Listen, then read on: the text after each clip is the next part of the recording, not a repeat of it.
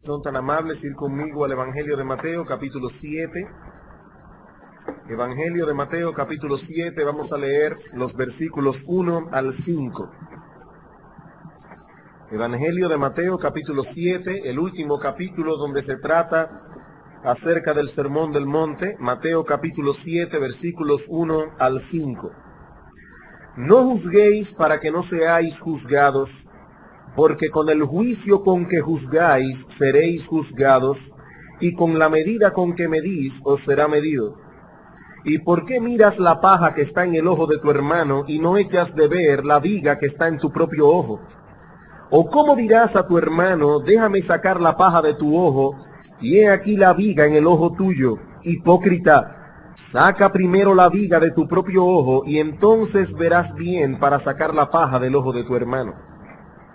Bien, hermanos, habiendo concluido la semana pasada el capítulo 6 de Mateo, en nuestra serie de exposiciones en el Sermón del Monte, en la mañana de hoy iniciaremos el estudio del capítulo 7. Y es indudable, hermanos, que esta división de capítulos, que no siempre fue muy acertada, ya que esa división no es inspirada por el Espíritu Santo, pero esa división de capítulos aquí indudablemente resultó ser muy acertada, ya que el capítulo 7 de Mateo marca una división muy clara de pensamiento en el progreso de la enseñanza de Cristo en este discurso tan famoso conocido como el Sermón del Monte. Pero antes de pasar a considerar este capítulo de manera particular, es de suprema importancia que veamos brevemente la forma en que este capítulo se relaciona con el contenido general del sermón. El Sermón del Monte no es un conjunto de enseñanzas independientes la una de la otra. Hay un hilo de pensamiento que corre a todo lo largo del sermón y cada parte del mismo debe ser interpretado a la luz del todo. Así que, hermanos, demos un vistazo a vuelo de pájaro sobre lo que hemos visto hasta ahora y veremos de inmediato cómo encaja nuestra sección en ese contexto general. El Señor inicia su sermón en las bienaventuranzas con una descripción de aquellas características que identifican a los ciudadanos de su reino, siguiendo luego con una descripción de la reacción que el mundo tendrá hacia sus discípulos por ser precisamente como son. Los ciudadanos de su reino, según las bienaventuranzas, son pobres en espíritu, reconocen y lamentan sus pecados, son mansos, misericordiosos, pacificadores, etc. Cualquiera diría que personas así serían tenidas en muy alta estima y admiración por tener todas estas cualidades tan maravillosas. Pero el Señor Jesucristo nos dice más bien que sus discípulos no deben esperar la admiración del mundo, sino que deben esperar más bien persecución. En el versículo 10 del capítulo 5 dice: bienaventurados los que padecen persecución por causa de la justicia, porque de ellos es el reino de los cielos. Bienaventurados sois cuando por mi causa os vituperen, os persigan, digan toda clase de mal contra vosotros, mintiendo. Siempre que sea mintiendo, gozaos y alegraos, porque vuestro galardón es grande en los cielos. Así también persiguieron a los profetas que fueron antes de vosotros. ¿Qué deben hacer los cristianos en medio de un mundo tan hostil? En medio de una sociedad que los considera como si fueran una plaga que debe ser exterminada. ¿Qué debemos hacer? ¿Huir de la sociedad? ¿Encerrarnos en un monasterio separados de todo el mundo? El Señor prosigue y dice: vosotros sois la sal de la tierra, vosotros sois la luz del mundo. No podéis huir del mundo porque sois la única sal, sois la única luz que este mundo posee. Este mundo está en tinieblas y se corrompe cada vez más y más. Solo vosotros, cristianos, podéis ejercer una función antiséptica en el mundo. Solo vosotros podéis alumbrarlo. Ahora bien, todo esto tiene que haber sido muy chocante para las personas que escucharon este sermón por primera vez. Estas enseñanzas contrastaban fuertemente con los conceptos que estos israelitas que estuvieron presentes aquella mañana en esa montaña, estos israelitas tenían un concepto totalmente distinto del reino de Dios y del Mesías que había sido profetizado en el Antiguo Testamento. Y es muy probable que algunos allí se estuviesen preguntando si Cristo era una especie de revolucionario que había venido a implantar una religión distinta a la que Dios había revelado en el Antiguo Testamento y cuyos máximos representantes supuestamente eran los escribas y fariseos. Para aclarar estas dudas, el Señor continúa su discurso planteando claramente su posición tanto en lo que respecta a las enseñanzas del Antiguo Testamento como en lo que respecta a las enseñanzas de los escribas y fariseos en los versículos 17 al 20. Y hermanos, esta sección es clave, es central para poder entender todo el discurso. Todo el discurso. Dos principios fueron claramente enunciados en Mateo 5, 17 al 20. En primer lugar, que las enseñanzas de Cristo concordaban perfectamente con las del Antiguo Testamento. Versículo 17 del capítulo 5. No penséis que he venido para abrogar la ley o los profetas. Y Cristo, que conocía muy bien los pensamientos de los hombres, tal vez ya estaba leyendo en algunos. ¿Y qué es lo que este hombre está diciendo? No penséis que he venido para abrogar la ley o los profetas. No he venido para abrogar, sino para cumplir. Porque de cierto os digo que hasta que pasen el cielo y la tierra, ni una jota, ni una tilde pasará de la ley hasta que todo se haya cumplido. Así que lo primero que el Señor establece es esto. Mis enseñanzas concuerdan, encajan perfectamente con las del Antiguo Testamento. Pero también estableció claramente que sus enseñanzas estaban en total desacuerdo con la de los escribas y fariseos. Versículo 20. Porque os digo que si vuestra justicia no fuere mayor que la de los escribas y fariseos, no entraréis en el reino de los cielos. Estos hombres habían distorsionado la revelación divina, reduciéndolo todo a un mero formalismo externo que no tocaba el corazón del hombre. Para el fariseo, lo único que cuentan son tus acciones. Si te sometes a las reglas, todo está bien. Y eso es precisamente lo que el Señor está atacando aquí, esa visión distorsionada de la verdadera religión. Podría decir, hermanos, repito, que este pasaje, Mateo 5, 17 al 20, es la clave para comprender todo lo demás. Todo lo que vendrá a continuación tiene que ver con estos dos puntos. El Señor no vino a abrogar la ley y los profetas, pero el Señor estaba en completo desacuerdo con la enseñanza de los escribas y fariseos. Por ejemplo, en los versículos 21 al 48, todo el resto del capítulo 5, el Señor trata con el asunto de la ley.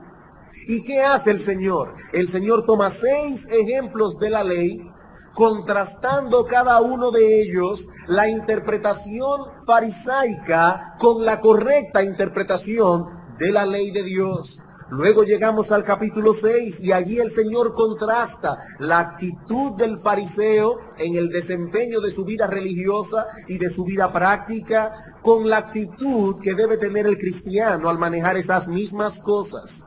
El fariseo hacía todo cuanto hacía para agradar a los hombres, para llamar la atención sobre sí mismo, en vez de agradar a Dios. Y mostraban un profundo y marcado interés por las riquezas materiales. Eran hipócritas y codiciosos.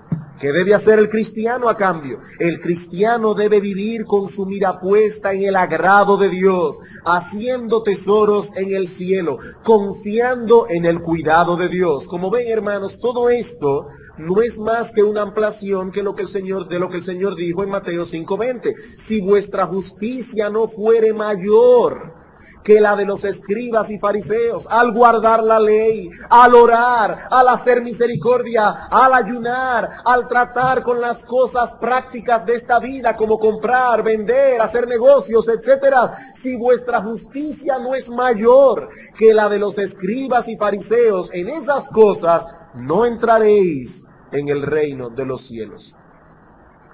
La vida justa que emana de la fe en Cristo es radicalmente distinta y mucho más amplia en su alcance que esa religiosidad hipócrita y formalista que promovían los escribas y fariseos. Y ahora llegamos al capítulo 7, a la sección final de su discurso. ¿Y qué encontramos allí, hermanos? El mismo contraste. El tema que subyace bajo estas enseñanzas de Cristo acerca del juzgar a otros es el mismo que se viene tratando en todo el sermón. El Señor insiste, el Señor quiere librar a los suyos de todo vestigio de fariseísmo. Y una de las características más prominentes de los fariseos era la estima tan alta que tenían de sí mismos y el menosprecio que sentían hacia los demás. Introduciendo Lucas la parábola del fariseo y del publicano en el capítulo 18 de su evangelio, el evangelista escribe el siguiente comentario. Y es interesante, hermanos, porque si no vemos las cosas bajo esta óptica, no entenderemos lo que Cristo está diciendo allí. Dice Lucas: a unos, hablando de los fariseos, que confiaban en sí mismos como justos y menospreciaban a los otros, dijo también esta parábola. Dos hombres subieron al templo a orar. Uno era fariseo y el otro era publicano. Los fariseos confiaban en sí mismos como justos y menospreciaban a los otros. Tenían una lengua bien afilada cuando se trataba de juzgar a los demás, pero al mismo tiempo eran miopes, casi ciegos cuando miraban sus propias faltas. Se veían a sí mismos subidos en un pedestal y desde allí miraban a los demás con desprecio. Las faltas de los demás eran horribles, imperdonables. Las de ellos eran pequeños errores sin importancia, percatas minutas.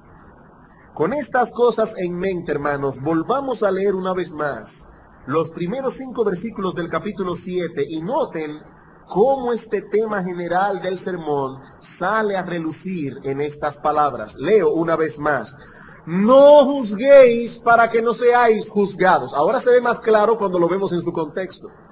No juzguéis para que no seáis juzgados, porque con el juicio con que juzgáis seréis juzgados, y con la medida con que medís os será medido.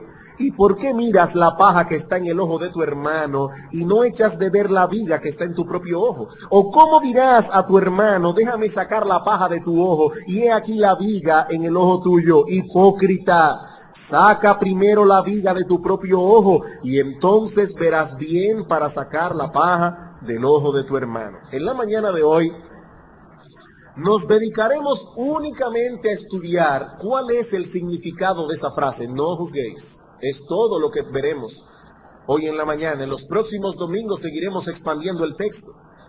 Pero hoy únicamente trataremos de discernir qué significan estas palabras, no juzguéis. Y lo haremos bajo un esquema bien sencillo.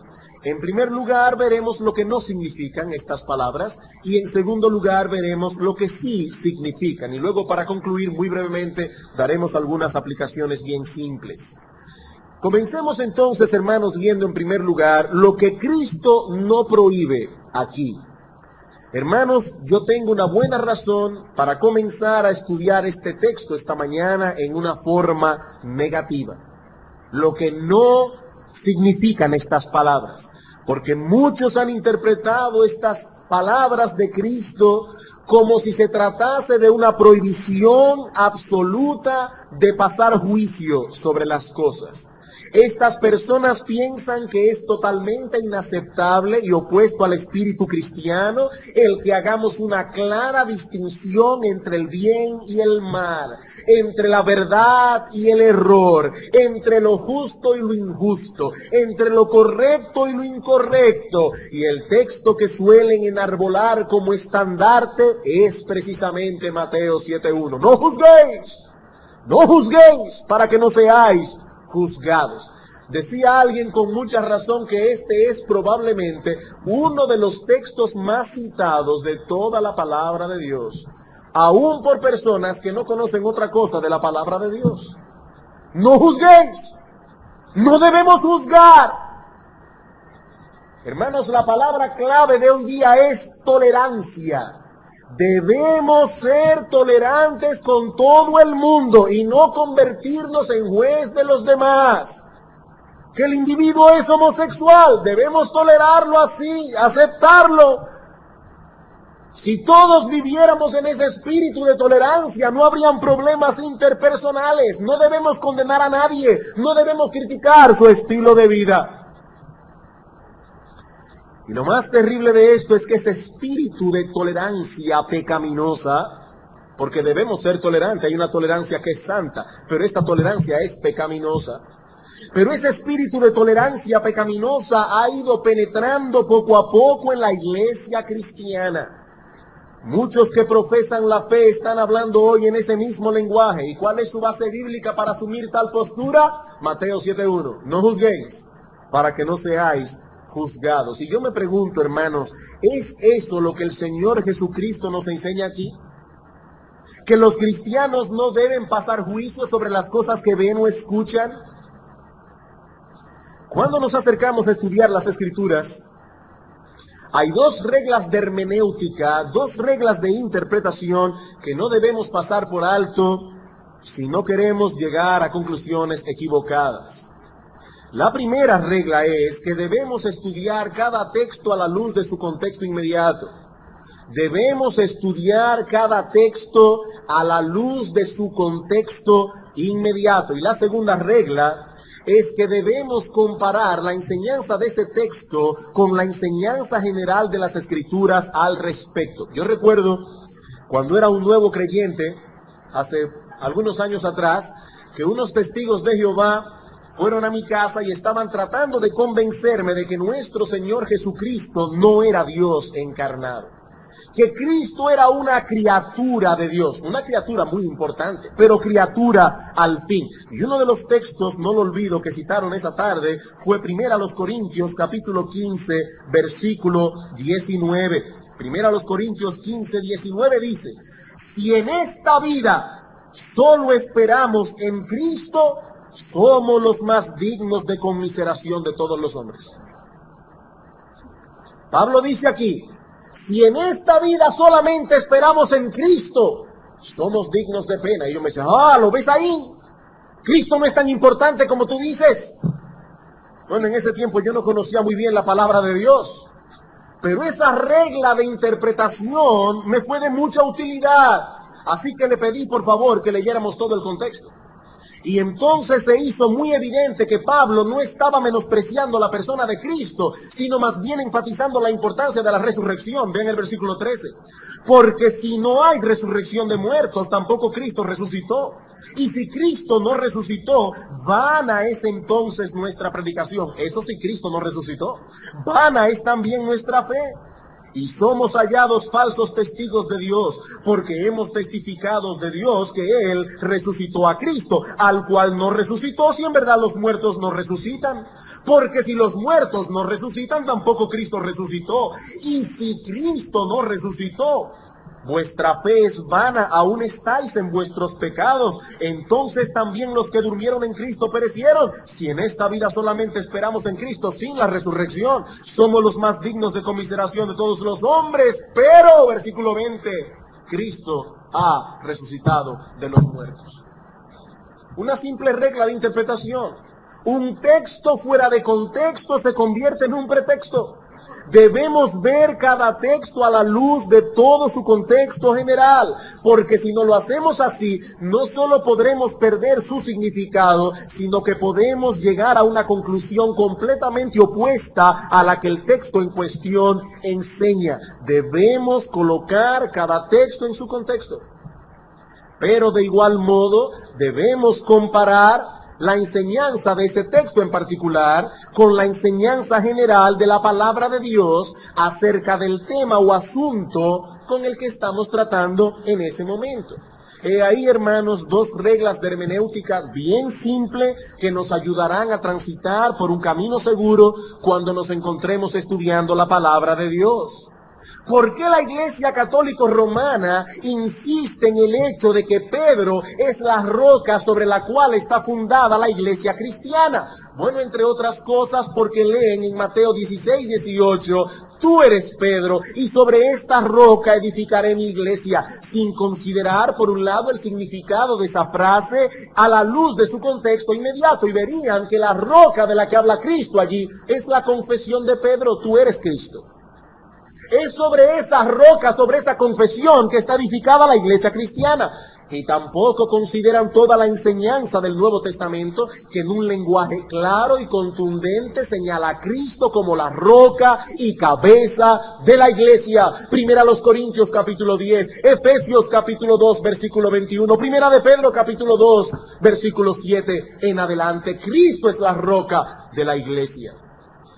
Alguien estará pensando, pastor, ¿y a qué viene todo esto del hermenéutica en esta mañana? Viene al hecho de que debemos ser cuidadosos al manejar la palabra de Dios. Debemos estar seguros de que estamos trazando rectamente la palabra de verdad. Y más aún cuando tenemos que manejar textos como estos que han sido tan abusados por tanta gente. Cuando apliquemos estos principios de interpretación que acabamos de mencionar a Mateo capítulo 7, veremos entonces al menos 4 cosas que el Señor no quiso decir con estas palabras: no juzguéis para que no seáis juzgados. Viendo el texto en su contexto, veremos lo que no significa. En primer lugar, no debemos tomar estas palabras como una prohibición absoluta a que pasemos juicio sobre el carácter de otros hombres.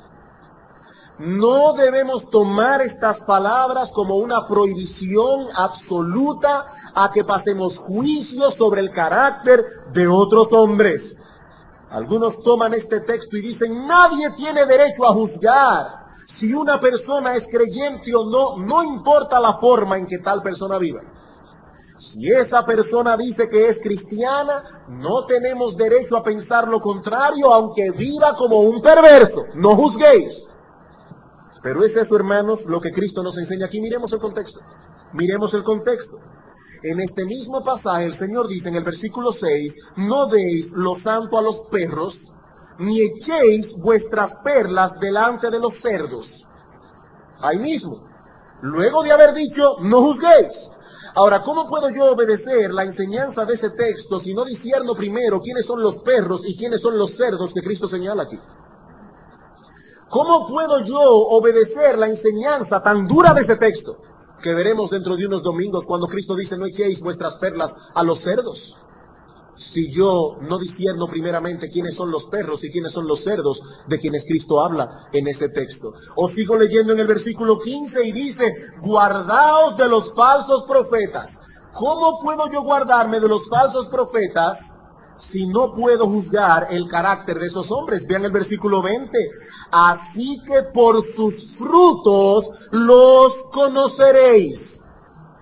¿Quiénes conocerán a quién por sus frutos? Cristo dice, vosotros cristianos, por los frutos de ellos los conoceréis. Vosotros sabréis quiénes son falsos y quiénes no. ¿En base a qué? En base a sus frutos. Los creyentes son llamados a ejercer discernimiento espiritual para diferenciar lo falso de lo verdadero, tomando como punto de evaluación el carácter de la persona. Ahora, este es el contexto inmediato. Veamos ahora el contexto más amplio. Primera a los Corintios, capítulo 5. Primera carta de Pablo a los Corintios, capítulo 5, versículo 9. Os he escrito por carta que no os juntéis con los fornicarios. No absolutamente con los fornicarios de este mundo, o con los avaros, o con los ladrones, o con los idólatras, pues en tal caso sería necesario salir del mundo. Más bien os escribí que no os juntéis con ninguno, que llamándose hermano fuere fornicario, o avaro, o idólatra, o maldiciente, o borracho, o ladrón. Con el tal ni aun comáis. Porque ¿qué razón tendría yo para juzgar a los que están fuera? Y ahora pregunta Pablo, ¿no juzgáis vosotros a los que están dentro? Porque a los que están fuera Dios juzgará, pero ustedes deben juzgar a los que están dentro. Quitad pues a ese perverso de entre vosotros. No, hermanos, nosotros sí estamos llamados a juzgar el carácter de aquellos hombres que se llaman a sí mismos cristianos. ¿No dice Pablo en 2 Tesalónica capítulo 3, versículo 6, aquellos que andan desordenadamente, a ese señaladlo?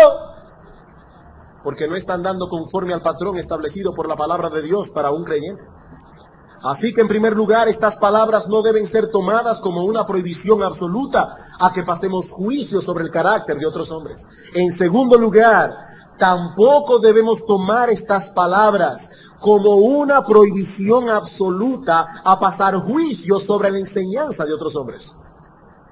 Tampoco debemos tomar estas palabras como una prohibición absoluta a pasar juicio sobre la enseñanza, no sobre el carácter, sobre la enseñanza de otros hombres. Veamos una vez más el contexto.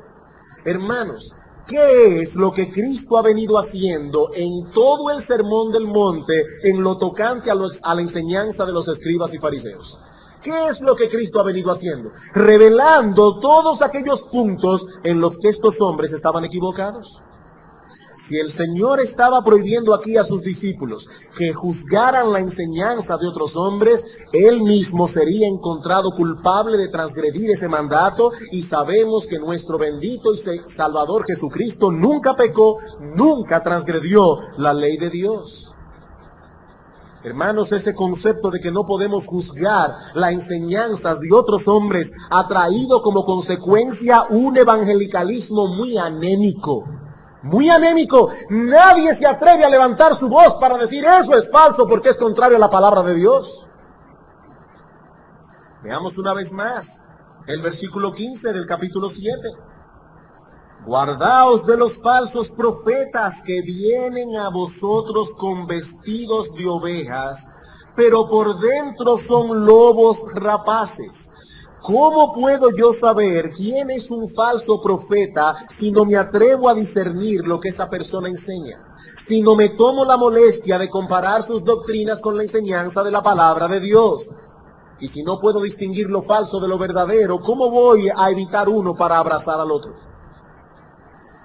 En Romanos 16, 17 dice el apóstol Pablo, os rogamos, hermanos, que os fijéis en los que causan divisiones y tropiezos en contra de la doctrina que vosotros habéis aprendido y que os apartéis de ellos. Hay que discernir esas cosas. Y en Gálatas capítulo 1, versículo 8 al 9, el apóstol Pablo fue todavía mucho más tajante. Dice el apóstol Pablo en Gálatas capítulo 1 versículo 8, mas si aún nosotros o un ángel del cielo os anunciare otro evangelio diferente del que os hemos anunciado, sea anatema, sea maldito de Dios. Como antes hemos dicho, también ahora lo repito, si alguno os predica diferente evangelio del que habéis recibido, sea anatema. Hermanos, los falsos profetas no parecen falsos profetas. Ellos no vienen a nosotros vestidos de lobos. El Señor nos advierte en el Sermón del Monte que vienen disfrazados de ovejas. ¿Cómo podemos reconocerlos entonces? Pasando juicio sobre su carácter y pasando juicio sobre su doctrina. Segunda carta del apóstol Juan. Segunda carta del apóstol Juan, versículos 9 al 11. Cualquiera que se extravía y no persevera en la doctrina de Cristo no tiene a Dios. El que persevera en la doctrina de Cristo, ese sí tiene al Padre y al Hijo. Si alguno viene a vosotros y no trae esta doctrina, no le recibáis en casa ni le digáis bienvenido. No le tratéis como si fuera un hermano más. Pero ¿quién soy yo para juzgar? Yo tengo la palabra de Dios para juzgar. Si una persona viene a mí diciendo que Jesucristo no es Dios encarnado, si una persona viene a mí diciendo que el Espíritu Santo no es la tercera persona de la Trinidad, sino que es una fuerza como la corriente eléctrica, yo tengo razón para juzgar a tal persona como un hereje, porque la palabra de Dios me enseña a mí que hay un Dios en Trinidad, Dios Padre, Dios Hijo y Dios Espíritu Santo, tres personas pero un solo Dios, compartiendo la misma gloria, la misma deidad, y al cual se le debe la misma honra, la misma adoración, la misma gloria. ¿Qué dice Juan? El que le dice bienvenido a esas personas participa en sus malas obras. En tercer lugar, cuando el Señor dice en Mateo 7:1, no juzguéis para que no seáis juzgados, tampoco estaba prohibiendo que se aplicase disciplina correctiva cuando el caso lo requiera. Tampoco estaba prohibiendo que se aplicase disciplina correctiva cuando el caso lo requiera. Muchos hoy día se resienten cuando la Iglesia de Cristo aplica algún tipo de disciplina correctiva sobre alguno de sus miembros que ha caído en una situación pecaminosa y rehúsa arrepentirse. ¡Ah, no debemos juzgar! No, hermanos, sí debemos juzgar. En Mateo 18 el mismo Señor Jesucristo dice, si tu hermano peca, ve y repréndele estando tú y él solo. Si te oyere, qué bueno, has ganado a tu hermano, pero si no te oyere, busca 2 o 3 y ve para que en boca de 2 o 3 testigos conste toda palabra y repréndelo. Si no lo oyere a los 3, dilo a la iglesia, y si no oyere a la iglesia debe pasar juicio sobre esta persona y declararle gentil y publicano. Declarar a esa persona como un impío. Sí, trataremos de ayudarlo para recobrarlo otra vez, pero desde la base de que es un inconverso, no de que es un creyente. Los reformadores definían la iglesia como un lugar donde se aplicaba, donde se predicaba la palabra rectamente, donde se administraban las ordenanzas, bautismo y santa cena, y donde se aplicaba la disciplina eclesiástica. Para estos hombres, la aplicación de la disciplina en la iglesia era tan importante como la predicación de la palabra de Dios. De lo contrario, no podía ser considerada una iglesia verdaderamente evangélica. En cuarto lugar, debemos decir que estas palabras no significan que las autoridades civiles no deben ejercer su autoridad para castigar a los malhechores. Esto no significa que las autoridades civiles no deben ejercer su autoridad para castigar a los malhechores. Hermanos, ¿qué está pasando hoy día? Que nadie quiere juzgar. Y cuando un individuo se sube en una torre, toma un rifle y comienza a matar personas, ¿saben lo que hacen? Que buscan a un psicólogo que lo declara mentalmente incompetente. Y entonces dice que el pobre hombre no es culpable de su acción. Que no podemos juzgarlo porque cuando él estaba pequeño su papá le pegó un día y eso lo traumatizó y eso lo llevó a subirse en una torre a matar personas con un rifle. No podemos juzgar. Sí debemos juzgar. Por eso el mundo está como está, porque los gobiernos no quieren aplicar lo que deben aplicar en esos casos. Pena capital. Pena capital. Eso es lo que dice la palabra de Dios. El homicida debe ser muerto. Veamos el contexto una vez más. Cristo dice, no juzguéis para que no seáis juzgados. Sí, es verdad. Pero ¿qué dijo anteriormente en el capítulo 5, versículo 25? Hablando de los problemas interpersonales, dice el Señor, ponte de acuerdo con tu adversario pronto, entre tanto que estás con él en el camino, no sea que el adversario te entregue al juez y el juez al alguacil y seas echado en la cárcel. De cierto os digo que no saldrás de allí hasta que pagues el último cuadrante. ¿Qué está describiendo el Señor en ese texto? El Señor está describiendo el proceso que debe seguir el Estado cuando tiene que tratar con un malhechor. El querellante lleva su caso al juez. El juez juzga, entrega al culpable al alguacil y el alguacil lo mete en la cárcel. Es así como debe ser. Cristo no critica el procedimiento, sino que más bien lo usa como una ilustración para urgir a sus discípulos a actuar correctamente. Esa es la enseñanza de Pablo en Romanos 13.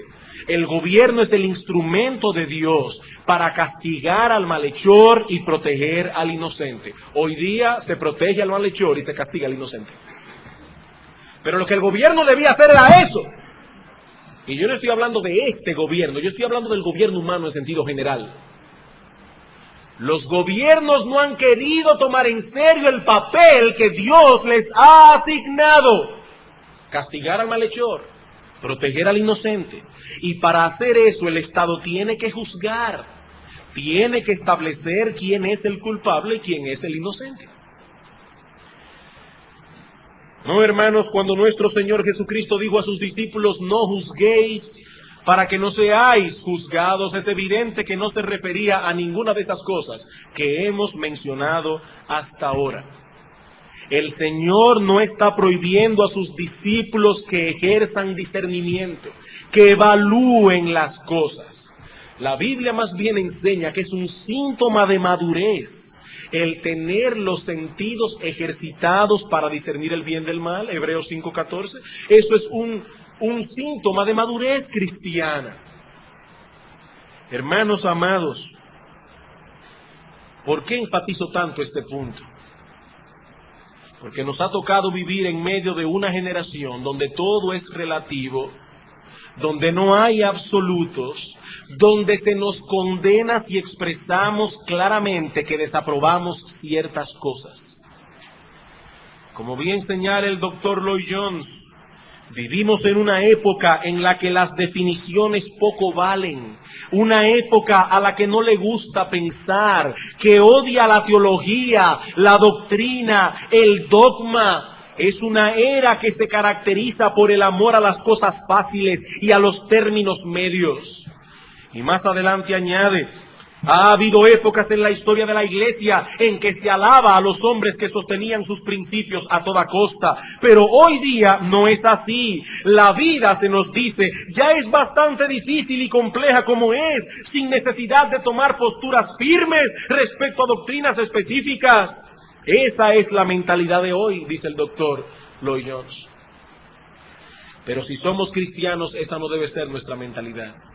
Esa no debe ser nuestra mentalidad. Si vamos a ser sal y luz, tendremos que evidenciar lo falso de lo verdadero, lo justo de lo injusto, lo correcto de lo incorrecto.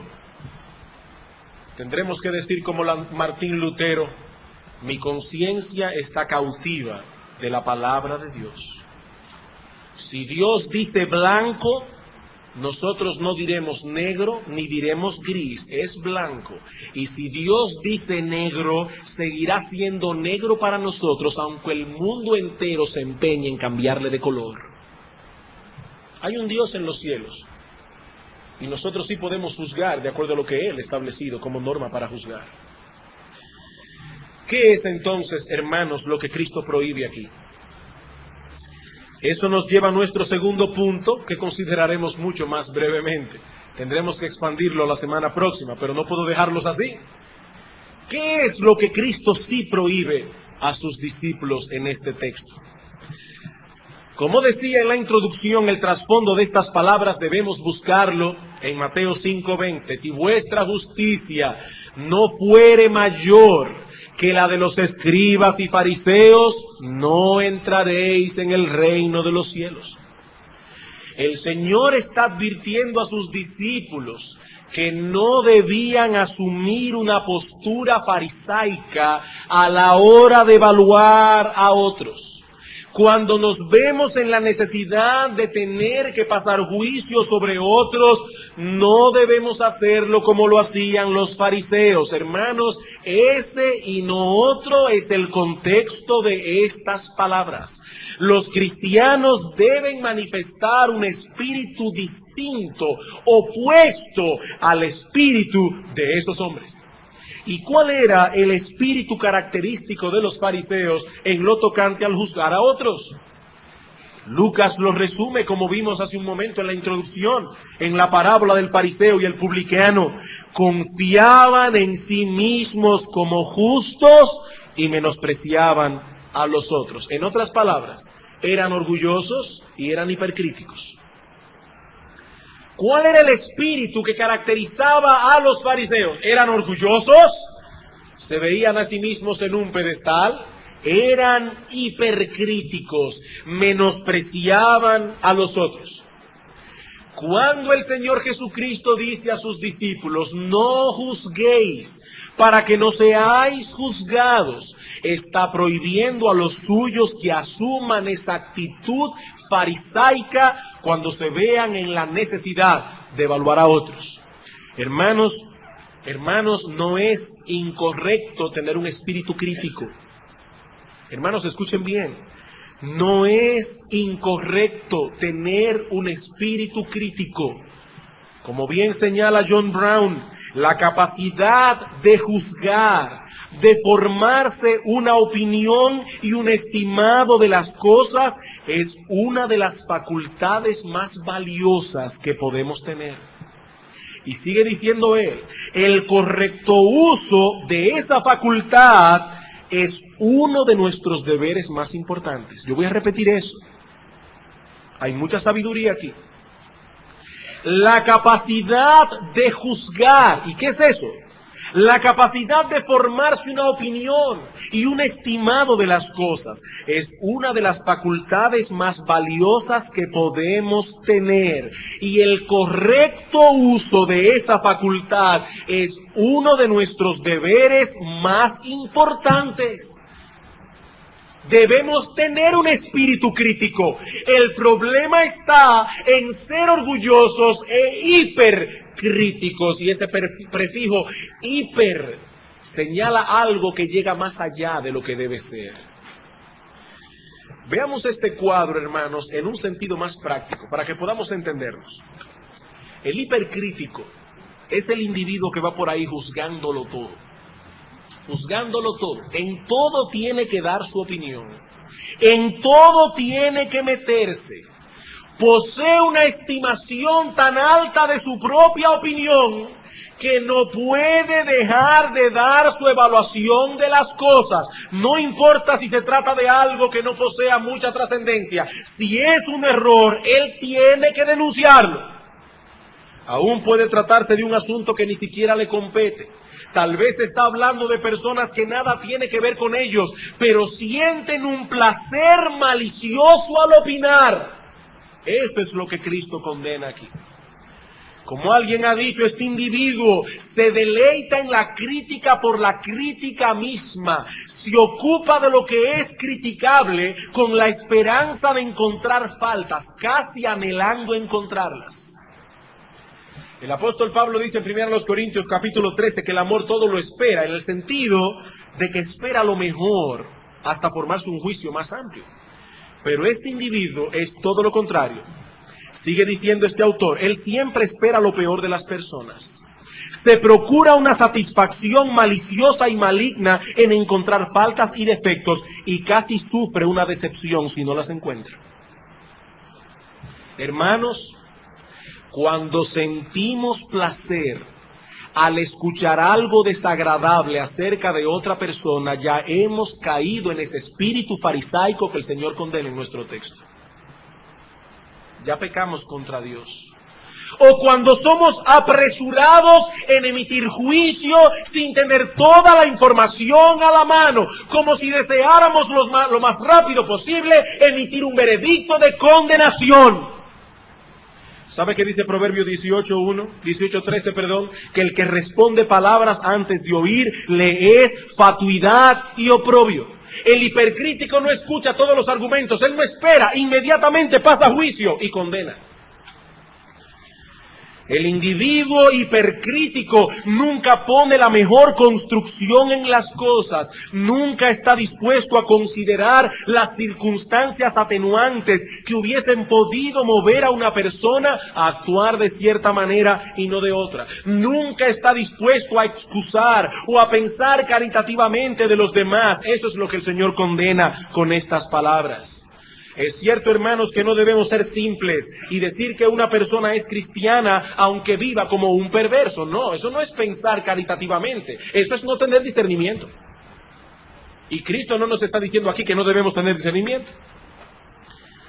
Pero debemos pensar lo mejor cuando se trata de una acción dudosa o cuando sabemos que la persona en cuestión usualmente se comporta de otro modo.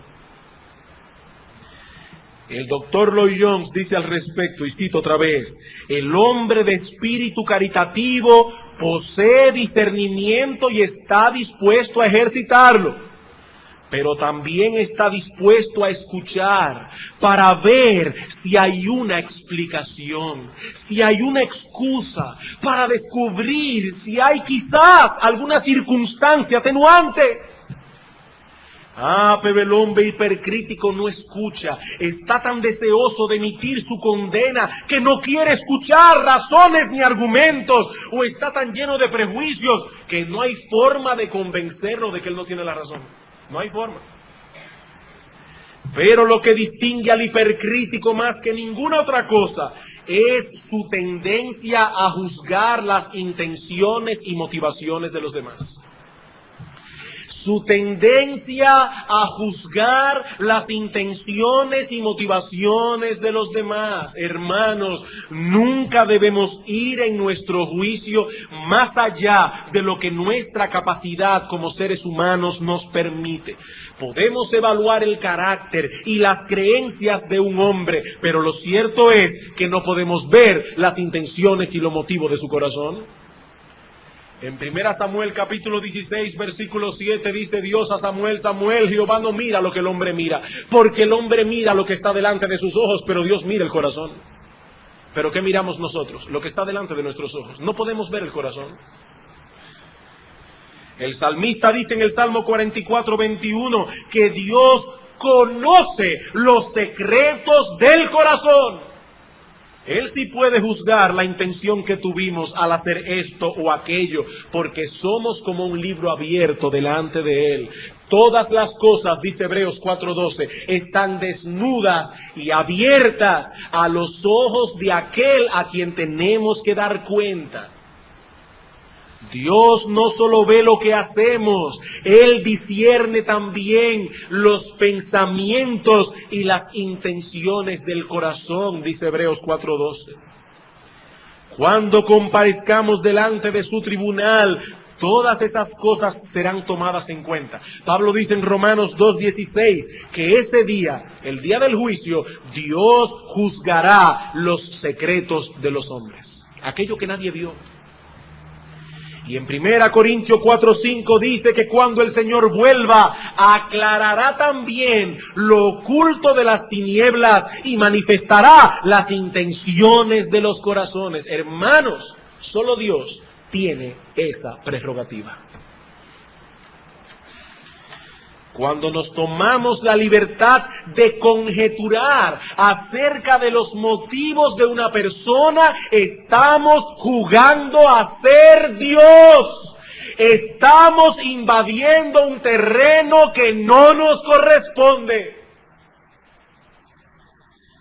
Pero estas personas no solo se toman libertad de emitir juicio en ese sentido, sino que actúan como si sus conjeturas tuviesen el valor de una verdad infalible. Yo sé por qué lo hizo.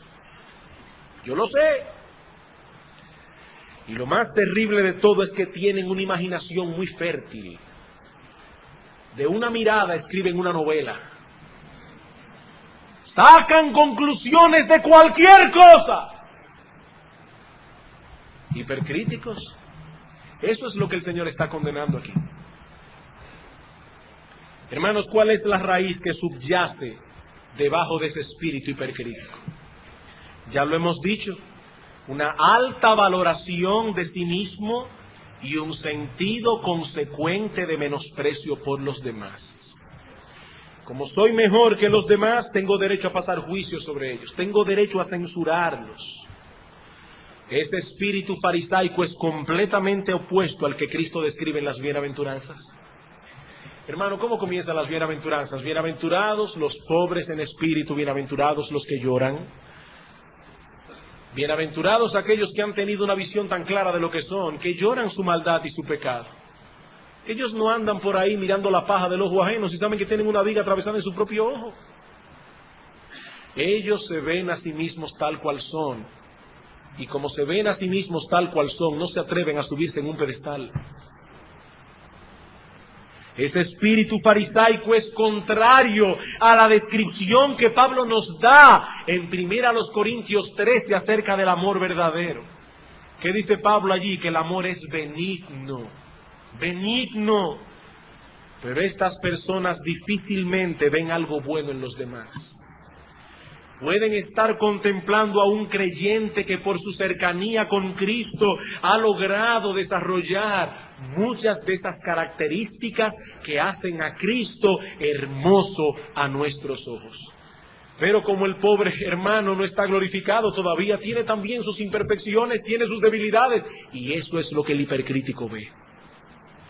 Y no solo lo ve, sino que lo magnifica, lo contempla como un lente de aumento para ver las faltas más grandes y después decir, ¡ja, ja, ja! Yo sabía que no era tan espiritual. Él se goza en eso. Ese es el espíritu que el Señor condena en nuestro texto. Hermanos, la Biblia dice que debemos tener un amor ferviente los unos por los otros porque el amor cubrirá multitud de faltas. Oh hermanos, cuán difícil es mantener el balance correcto en este asunto. Alguien dijo una vez que andar por fe es caminar por el filo de una navaja. Andar por fe es caminar por el filo de una navaja. Fácilmente caemos o en un extremo o en el otro.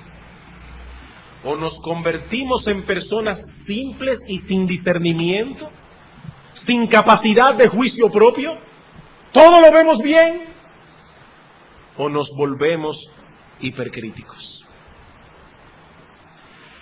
Hermanos, yo no tengo tiempo para continuar expandiendo estas cosas. Ustedes no pueden imaginarse lo difícil que fue para mí poder echar fuera mucho material para poder explicar lo que está aquí envuelto.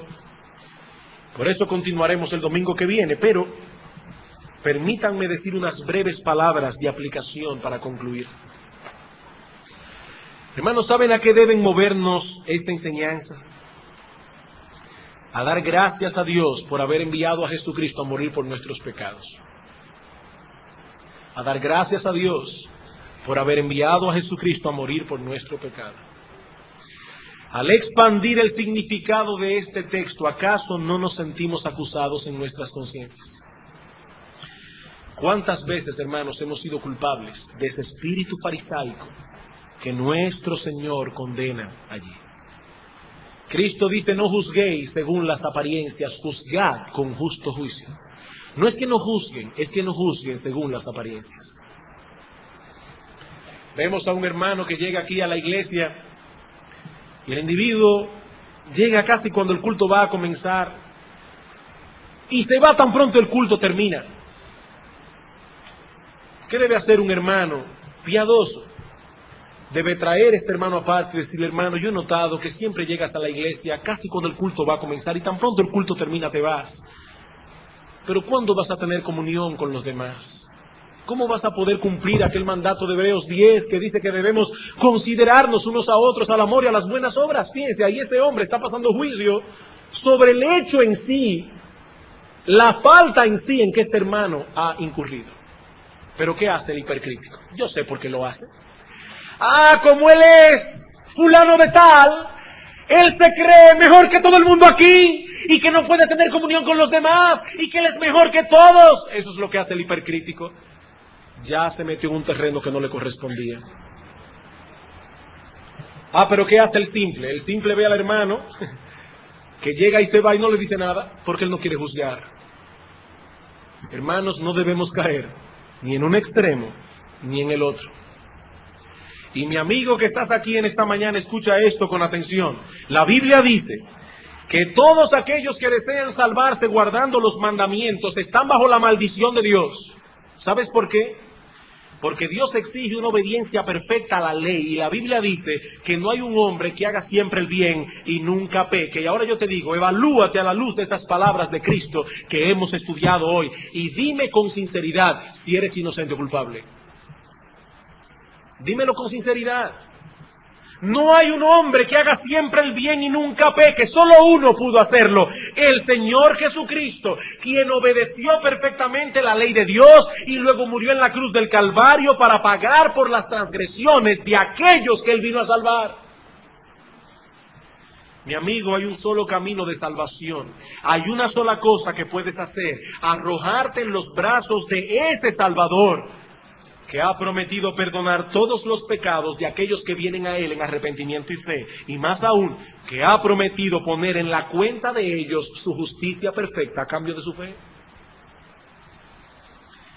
La semana próxima continuaremos expandiendo este texto. Por ahora, hermanos, pidamos a Dios que nos permita tener una visión apropiada de nosotros mismos, que nos libre de ese espíritu farisaico, de esa alta estima personal que conduce al hipercriticismo.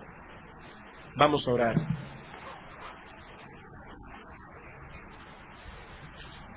Es difícil, oh Señor y Dios nuestro, mantenernos en el balance que tu palabra plantea. Pero gracias, oh Señor, porque tú no nos has dejado solos en este asunto.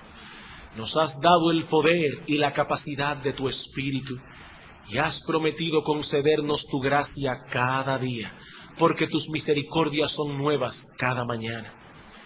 Oh Padre bueno, ayúdanos a entender correctamente estas palabras del Señor, pero sobre todo ayúdanos a caminar conforme a ella, para que podamos manifestar en todas las cosas ese espíritu caritativo que hubo también en nuestro Señor Jesucristo.